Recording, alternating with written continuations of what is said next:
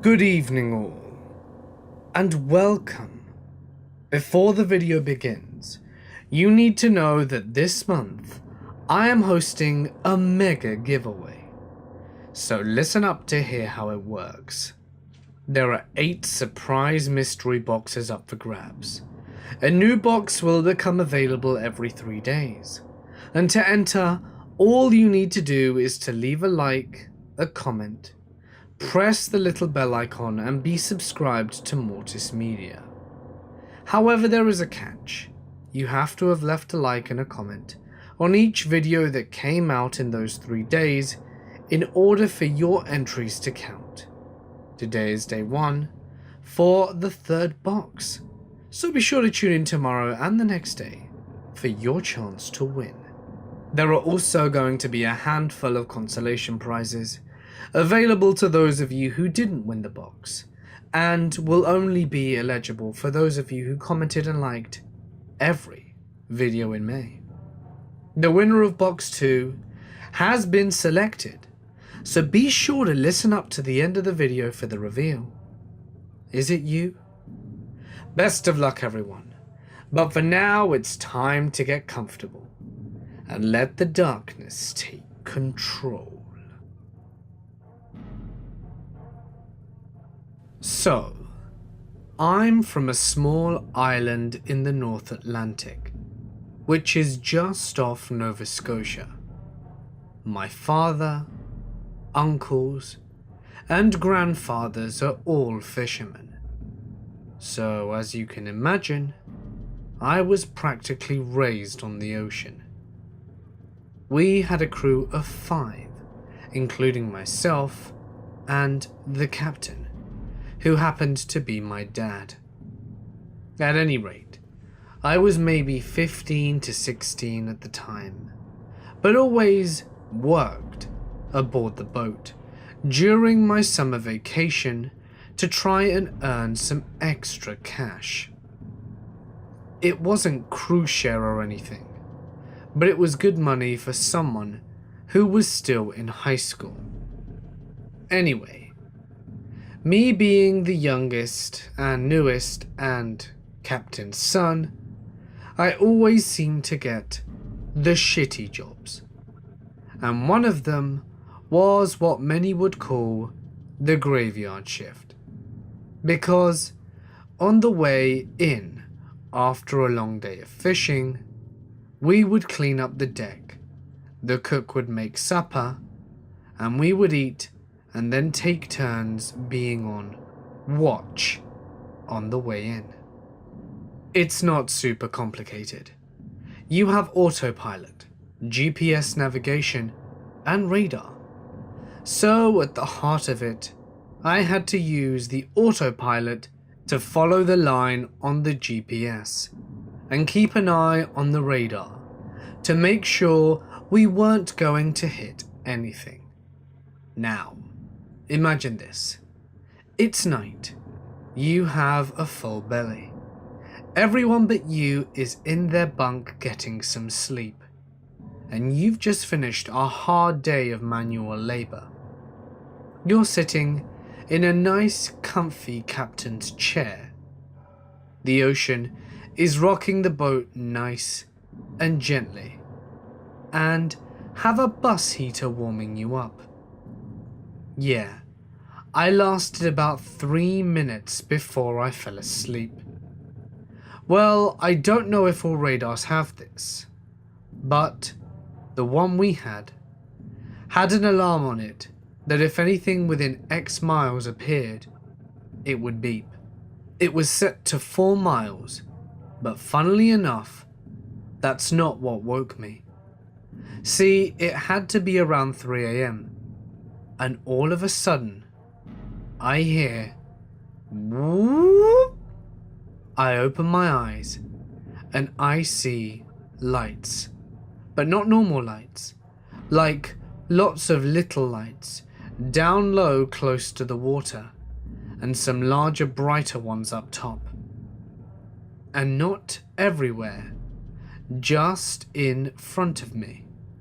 I look at the radar and I notice that there is something very close, within my 2-mile ring showing all the way around the boat. I'm freaking out. I finally adjust my eyes and realize that it's a cruise ship that has just blown its horn at 3 a.m. So what did I do?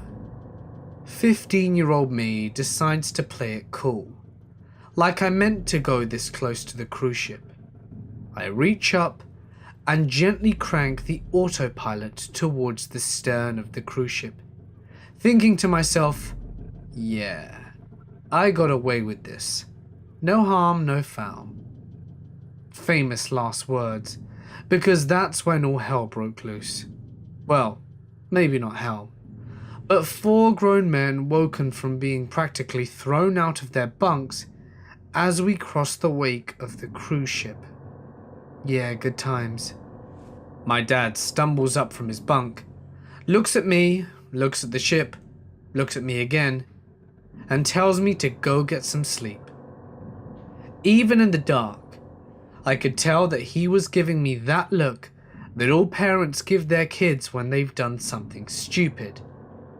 Think Game of Thrones and the scepter yelling, "Shame, shame, shame." Anyway, as I said, years later when I reflected, I do feel bad for those passengers who might have been woken up by the sound of their cruise ship's horn going off at 3 a.m. But at least I have an interesting story to tell, and for the most part, they would agree it's pretty amazing that things didn't turn out worse. There was this old Vietnamese guy who had immigrated to the US after the Vietnam War. He worked his way up, had a family, and eventually owned a chain of furniture stores. He lost his family, got hit by a car, and was in the hospital for a very long time. He had no insurance and lost his entire fortune.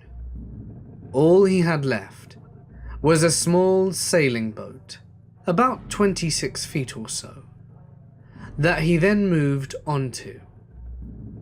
One day, several years later, he goes out for a day trip towards Catalina Island.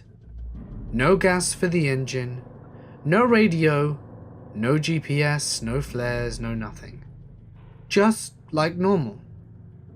He had a hibachi grill, and that was about it. A squall develops, and the strong wind snaps his mast before he'd gotten the sail down. So now he's adrift and has no way to signal. 3 months later, a Navy plane is flying near the equator in the Pacific Ocean, looking for boats running cocaine out of Ecuador or Colombia, and spots a small sailboat with what looks like a dead body laying on the deck, with birds pecking at it. The Navy ship I was on was only 20 miles away. We head straight for it and get a boarding team ready, joint Coast Guard and Navy folk, and prepare for the worst. We get there and see a guy moving around on deck looking at us. We don't know if he killed the other person or what. Sending the boarding team with a couple of Spanish speakers on board, and the dude is crazy, flipping out excited. The guy talks to him in Spanish. He says, "English?" And they say yes. Emphatically, he relays his story. Turns out, the body was the mast. He survived by catching rainwater in a barrel that he had on board. He had a fishing pole and a baseball bat, which was his protection when the boat was moored at the dock in LA. He would catch fish, then use pieces of fish to lure in a bird, whack it with the bat, eat it, and use a piece of the bird meat as bait for sea turtles, whack them on the head, and drag them on board, and then repeat the cycle. He already lived a life of solitude, so he seemed unbothered, although he was obviously glad to be rescued. We couldn't fix his mast. We didn't have anything like that on board. We couldn't tow it, because unfortunately, we had to be ready to go max speed to chase down drug boats, and when you're towing another vessel, your speed is severely limited. So we made the tough decision to sink his boat, and take him to our next port call in Panama. I believe the Navy couldn't sink the boat to save their lives, and it almost took 2 hours and thousands of rounds to do it. Don't get me wrong, it's hard to sink a small fiberglass boat, but put your heart into it. The poor guy could hear them sinking his boat, and he started to cry. The crew bought him a ticket home. We all chipped in a few bucks, and a few days later, he was on shows like Good Morning America or whatever. Someone watching the show donated a new boat to him, because his home had basically been sunk in 7,000 feet of water. Now, what you won't find in the media is this tidbit. 3 months later, he went sailing at night with no flares, radio, or other means of communication. And guess what happened? He got lost and was floating out there. By sheer luck, a Coast Guard patrol boat went nearby and stopped to check in on this seemingly out-of-place sailboat drifting along. And he was saved yet again. I was on deployment on an LHA, standing port, watching late at night. We were out patrolling near Somalia, and of course, everything was pitch black. And even after you got used to the darkness, it was still dark as hell. There was this access hatch that normally is bolted down against the bulkhead. It gave access to steam pipes or something. So anyway, that night I was sitting on the capstan, drinking a Rippet, as the ship's store ran out of Red Bull a long time ago, when I noticed that the hatch was off, and the hole just revealed inky blackness. I thought whatever, and continued sitting and sipping. Then something caught the corner of my eye in the hatch's direction. I dismissed it as a shadow. Maybe a boatswain mate was walking the flight deck, checking for people sleeping on watch or some shit. I got up and started pacing around to give the impression that I wasn't slacking. I heard a tap and spun around and saw a shadow duck into the opened area of the hatch. It looked like a person's head ducking back into the area. Now the hatch was probably only a little bigger than what you could stick your head and shoulders into. Naturally, I thought someone was messing with me and trying to scare me. So I wandered over there, brought out a tiny LED flashlight, and peeked in. Nothing but haze grey painted shit and some plumbing. I brushed it off as lack of sleep, and that my eyes were tricking me. But the hatch area stayed open the rest of the cruise, and I always was wary of it in the back of my mind, that maybe there was something standing there, watching me. This took place in 1982, which was my second year as a hand on a private salvage tug, which was located out of Balmain in New South Wales, which is at the southeastern side of Australia, for those of you who don't know. I was only 19 at the time, and still pretty new with the crew. They called me Boy, which was a title I was hoping to outgrow, but I never did. We were in the middle of the Pacific Ocean, performing a search and rescue for an unidentified vessel that a US Navy destroyer warned us about over the radio. They had spotted it in the distance, and then it shut off all its lights. It was apparently too small for them to pick up on any of their instruments, and they were too busy with something else.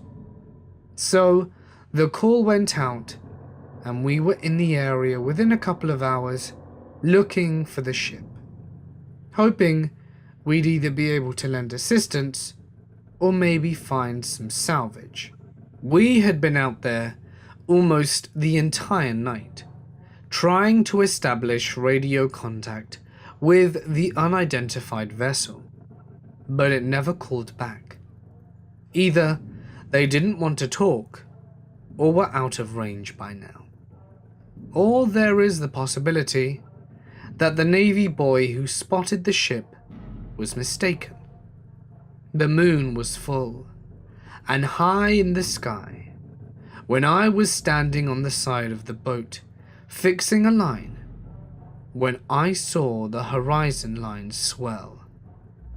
When you're out in the middle of the ocean, you can see the slight curvature of the earth from the horizon when there's enough moonlight. But now I saw a huge swollen area on the horizon, separate from the curvature line. It looked like some kind of bulge on the side of a damaged tire. At first, I was kind of laughing at it, because I thought I was having my first genuine hallucination at sea. I'd been at sea with this crew for 2 years on and off, and never experienced a seaborne hallucination. Only those trick of the light mirages that are common. Then, what changed my demeanor was when I heard someone yell behind me, "What the hell is that?" And I turned and saw the captain on the 4th deck above the main, and he was looking in the same direction. I turned back to look at this swirl on the horizon, and it only lasted another 5 seconds or so, and then it dipped back down. From my angle, it looked like the sea was taking a deep breath, which caused its belly to rise and fall.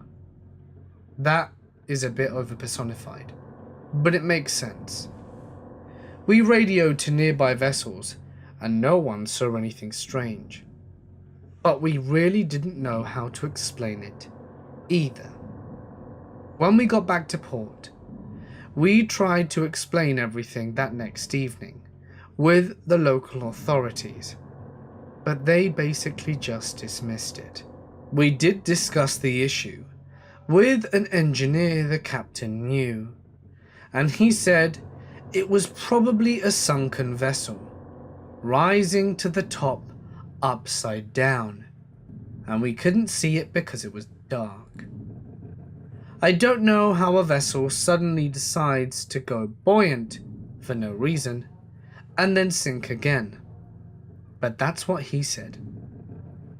Later that week, we were out in the same region, and we heard another vessel found a man in a small boat, almost like a lifeboat, but it was wooden, which wasn't common at all for the time, and it was black in colour, which wouldn't have been the right colour for a lifeboat, but he was practically catatonic.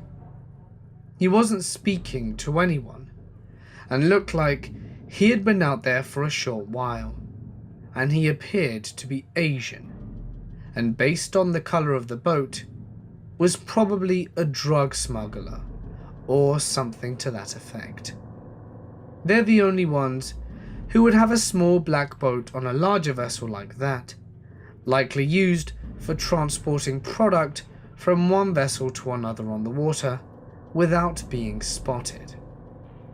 A black lifeboat is absolutely nonsensical to any legitimate sailor. About 15 years later, I'm living in San Francisco, writing books on sailing, and I get a letter from my old captain. I ended up spending 10 years on that vessel, so the captain and I got to know each other very well. He invited me to spend Thanksgiving with him and his family in Corpus Christi, Texas. He ended up marrying an American woman and moving to her hometown. I take him up on his offer, and after the meal, he and I are sitting around and talking about old times while enjoying a couple of pints, and he asks me out of the blue, "Do you remember that massive thing we saw on the horizon that night?" I think about it every day. We discussed it, and he said that from his perspective, above me, he could tell that the thing was 300 meters out, maybe more, and it was 10 times larger than the tug. The most unnerving thing he said is that it had a shine to it from that angle. The moonlight shined off its surface, so it didn't have the matted black paint job of a submarine. It was wet and slimy. He said the worst thing was the smell. He said it smelled dead and made him want to vomit. I didn't smell anything, but I guessed that I could have just been too low to catch the wind. We thought that perhaps it could have been a massive, dead, belly-up whale, and it could very well be the solution. But there is always that part of my mind that wanders off into fantasy and thinks up some solutions that are totally insane. That side of my mind says that it was some kind of sea monster. Not like the Loch Ness monster or anything, but maybe a giant sperm whale or squid, or something to that effect.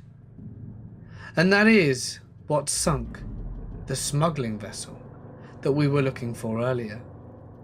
And is it why the Asian smuggler got out of that makeshift lifeboat and was catatonic?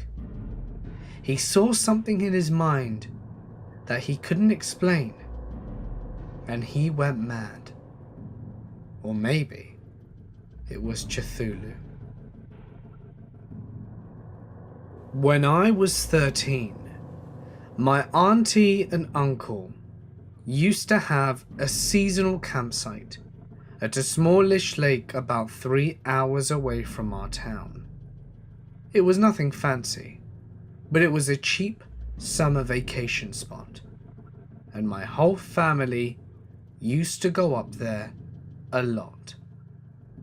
I often brought my friend Katie to stay with us.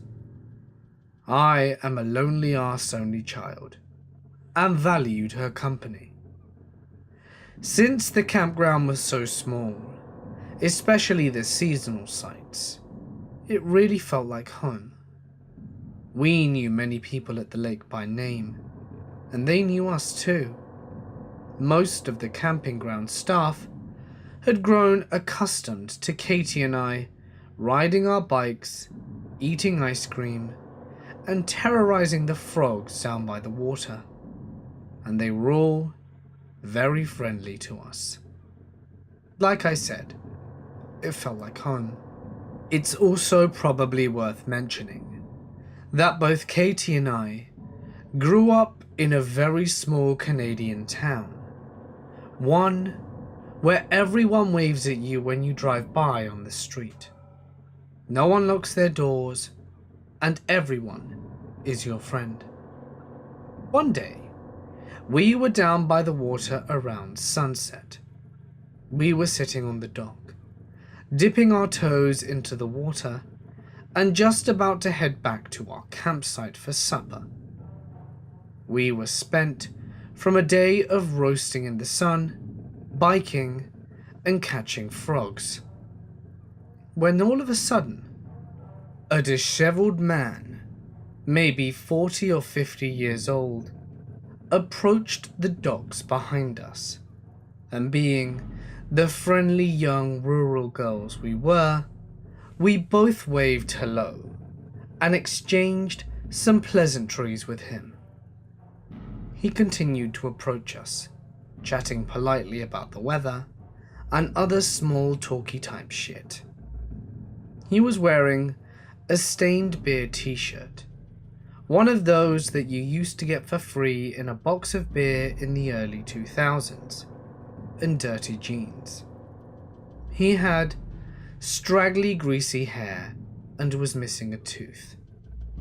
This might immediately set off red flags for you, but again, we were from a small town, and this dude looked like half of my dad's side of the family, so neither of us were fazed. During the course of our conversation, he sat down beside me on the dock, dipping his toes into the water alongside ours.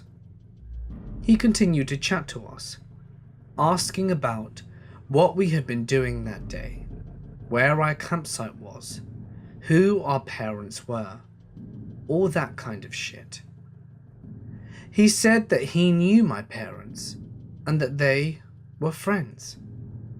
We probably should have been smarter than to continue talking to him, but being the only child that I was, I had always felt comfortable chatting with adults and didn't bat an eyelid at the conversation.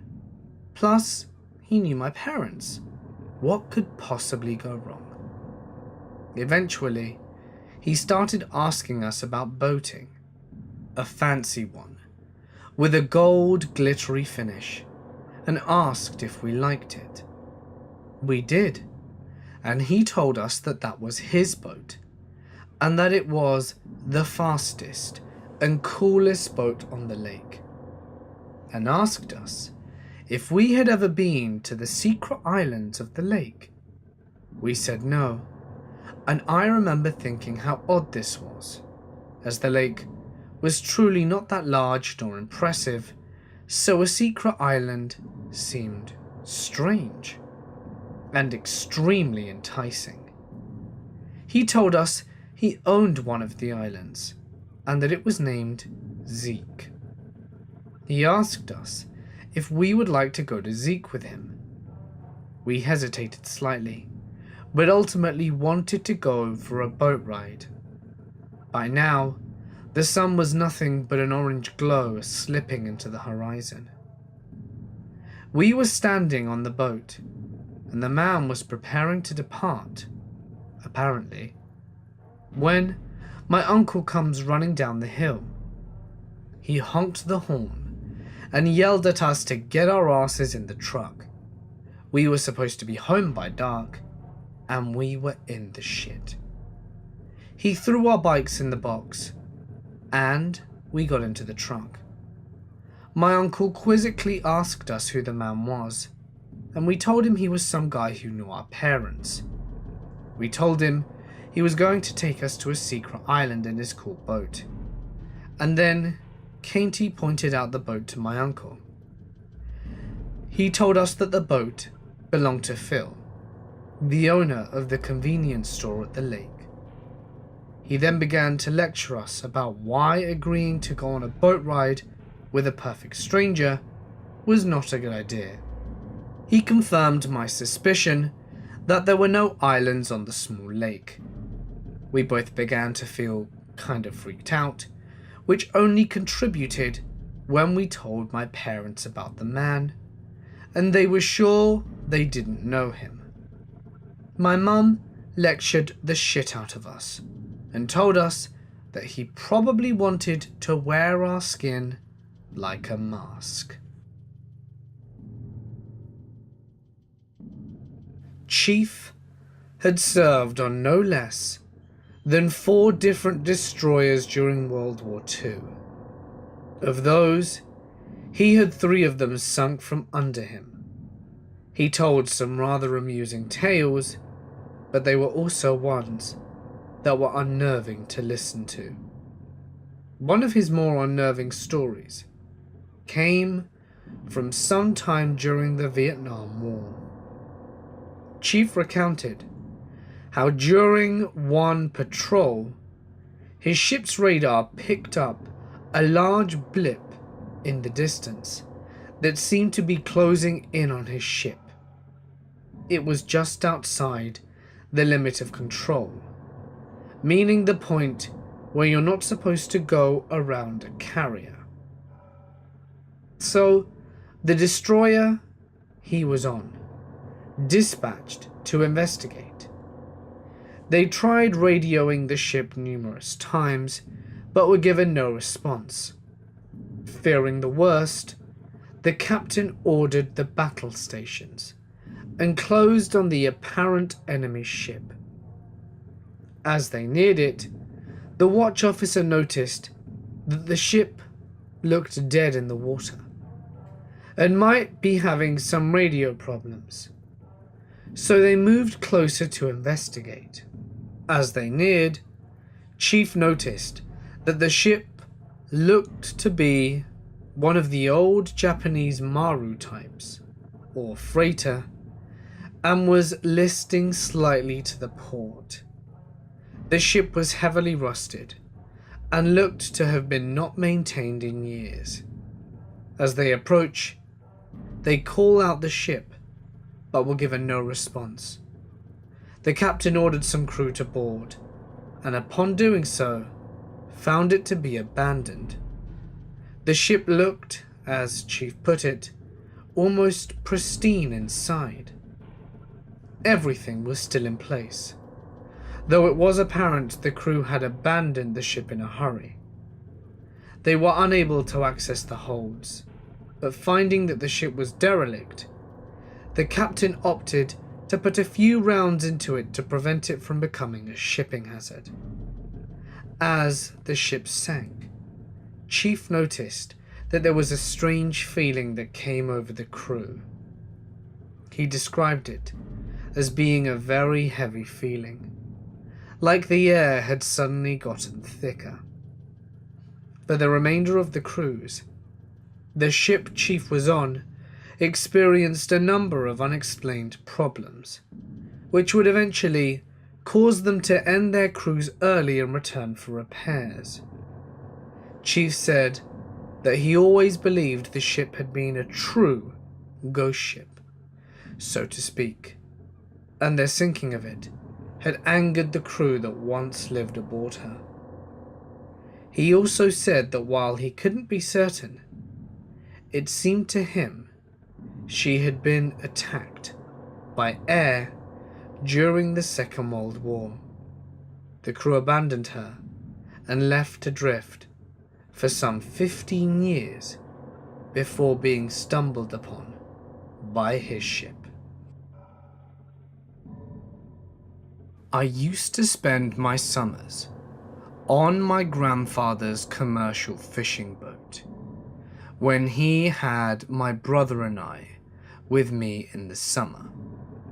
He'd take us out to jig fish for flounder.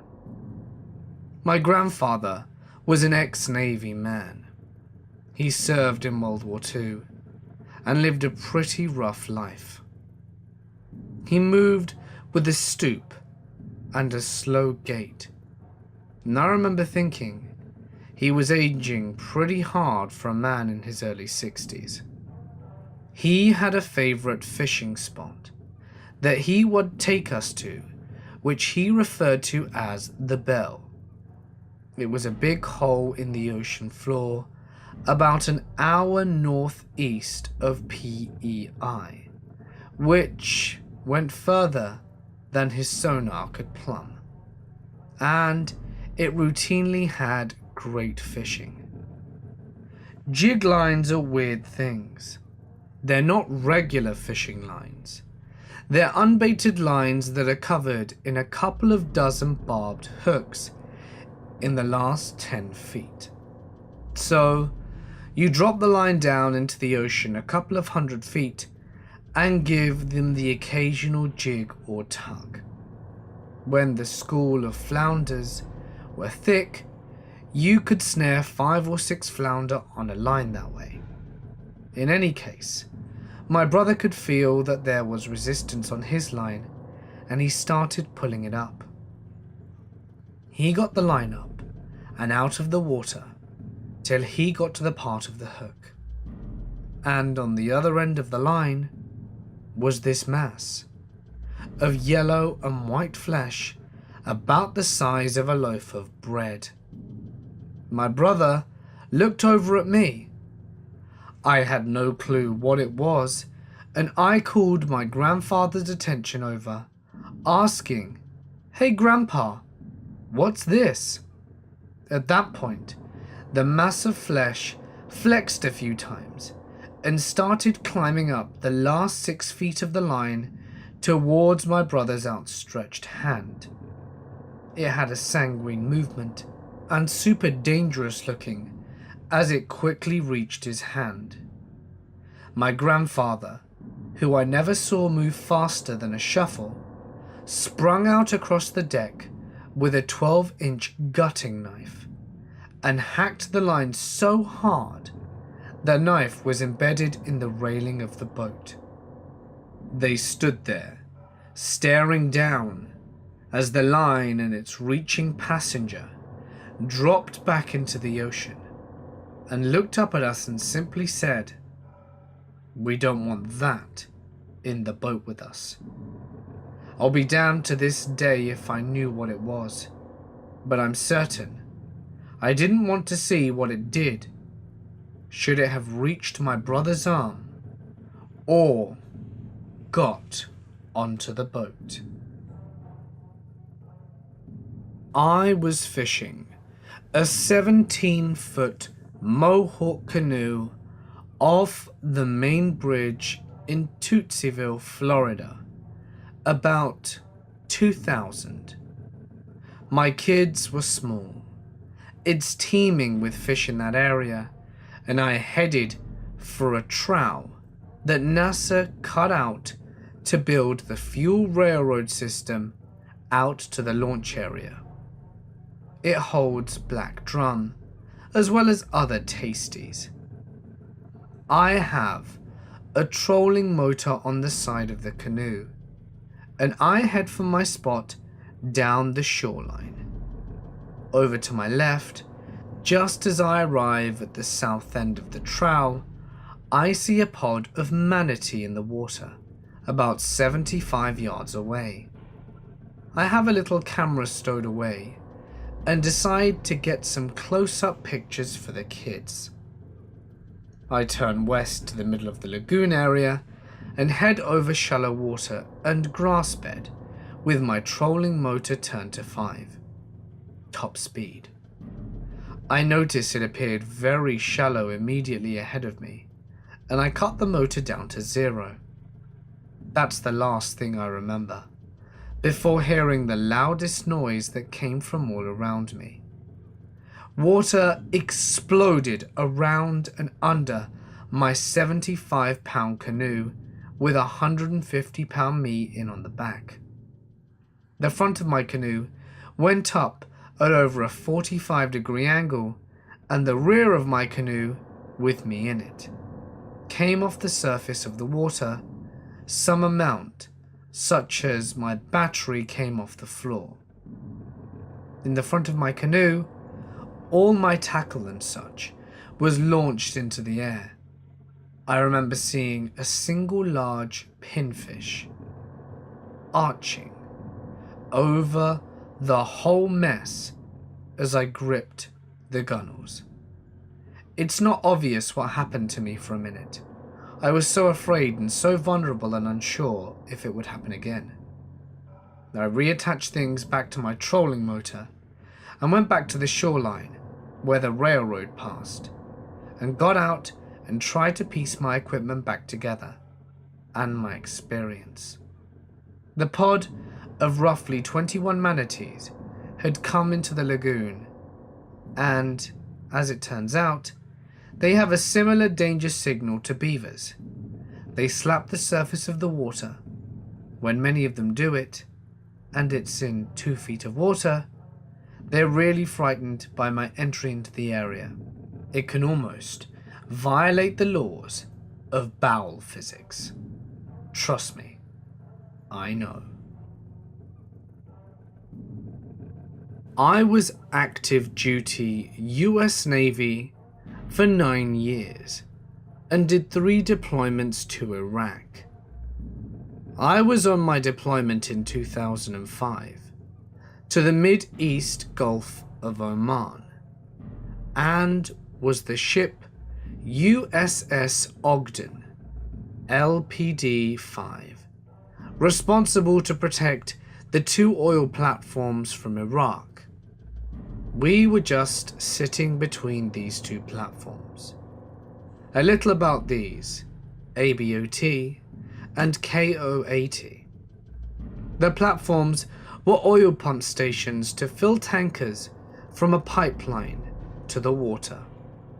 The one that was in really good condition was ABOT, while the other was in shit condition, KAOT. All blasted up like Swiss cheese from Iran. They tried to say they owned it, like me planting a flag in your yard and asking you to leave.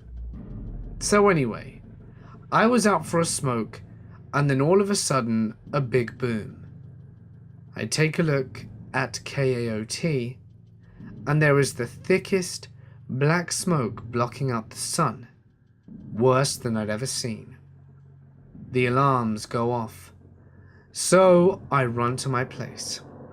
So you know, I was the person in charge of the teams for firefighting in Rep 5 and away rescue response missions. So basically, the guy in charge of fighting fire and help.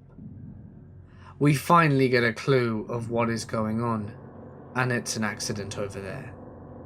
They're evacuating people to the ship, bad burns and faces half gone. A few people were missing / dead or ash at this point, and they can control the fire going on the rig. I get the call that they need foam because theirs doesn't work. So I get 65 5-gallon cans of AFFF and my delivery pumps and whatnot. We got on 2 boats, heading over there, and I split my team into 2, setting up when we get there. They had 2 firefighting tugboats. I get on there, and there's a 1-star admiral on my tug. First thing he says is, "Who's in charge here?" I say, "I am, sir. I will lead all firefighting efforts." He goes, "Good.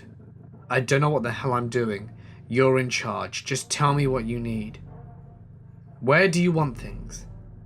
I take a good look at what's available.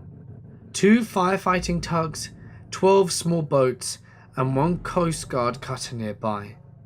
I told the Admiral, cut the nets, pull in all the tugboats and spray the hoses at the base of the flame. Pull the Coast Guard cutting alongside and put all the hoses on board over the sides of the spraying flame. Have all small boats get anyone else on the rig, but stay away from the flame. He goes, "Yes, sir."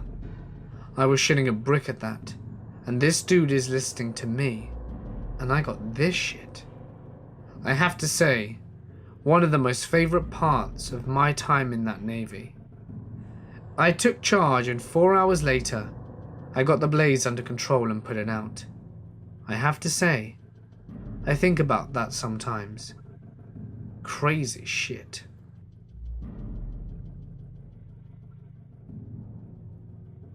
Back in 2006, I had an uncle living in Iceland who worked for CCP. He and his family lived there. Our family went down to visit them in the summer of 2006, back when I was a young teenager. When I got there, my uncle mentioned he had a good friend of his with a boat. We set a date to go on the boat one late evening. When the time came, we got on the boat and started heading out of our way from the harbour, eventually settling about 2 miles off the shore. We had some brews and sandwiches, and we were just talking and having a good time. As we're eating, I lean over the rail and look out. I seem to notice what seemed to be this odd, circular, bioluminescent glow deep under the water. I pointed this out to everyone on the boat, and they observed it too. It was very strange. It moved swiftly underwater, slowly at first, and under close observation, it was a round circular disc with a glow emanating from it. After only a few seconds of observation, it suddenly began picking up speed and zoomed away at a downward angle like 45 degrees from the surface, descending in depth. It must have been deeper underwater than I thought, as there was no disturbance at all. All three of us looked at one another and then back to the water. We were all a little off-put by the thing's appearance and decided to head home. The next day, my uncle's friend called my uncle. He had asked around from some of his fisherman friends about it. They said that observations like that were quite common, and that no one blinked an eye anymore when it occurred. Some older fishermen mentioned that the US military had sent ships and submarines out at some point to observe sometime in the 90s, but eventually left after a few weeks. Bonus story. I was doing some engineering on a rig in the North China Sea, basically overseeing repairs. They usually do this, bring in foreign advisors, because their managers are incompetent, or most of the time, it's just because they want to look fancy. Fancy out in the middle of nowhere. Go figure. This one particular day, the weather started turning really sour. It started with the waves, then fog began rolling in. We thought it was going to be it, but after about 2 hours later, the sky started going black. We were in for the shitstorm of shitstorms. Everybody went inside to take cover from what we thought was about to happen, but in the end, the storm just grazed us. While we were holed up, however, we started to hear what sounded like people on deck. We did a count and everyone was inside. The weather was still too bad to see out the windows clearly, but suddenly, one of the men lost his shit, saying he just saw a head fly by the window. He wouldn't calm down, and he was known for being level-headed, so we chose to investigate. As some of the others went in to open the hatch, it started opening on its own, guns blazing. They were Indonesian pirates. The head the guy saw was just one of them passing by. They must have used the storm as cover and were now here to rob us. They'd already killed 11 men to get to their access point, and they began going to each man one by one, taking his keys and any valuables he held. One of them approached me, and I did the same, but he didn't move. I stood there frozen and he sized me up. He wasn't leaving me alone. So I asked him what he wanted. He looked me dead in the eyes and said, "I need about 350." Hey guys, it's Mort here, and thank you so much for listening. I hope you liked that bonus story. I really like that South Park joke, and I hope that you guys did too. A nice, silly, light-hearted way to end the video. But anyway, for now it's the moment that you've all been waiting for. It's the moment of the big reveal. So, the winner of the second Mortis Media mystery box is Nicole Brown.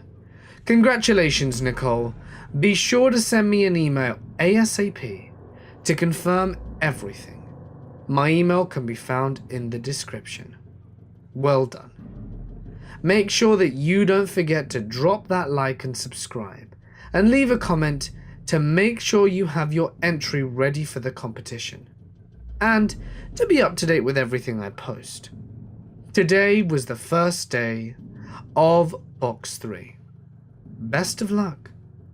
If you would like me to read your story on my channel, feel free to send it to my email or share it to my Reddit, which can of course be found in the description.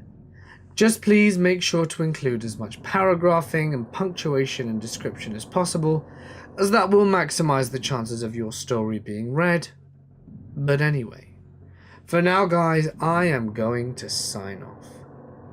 Stay awesome, and I'll see you in the next one.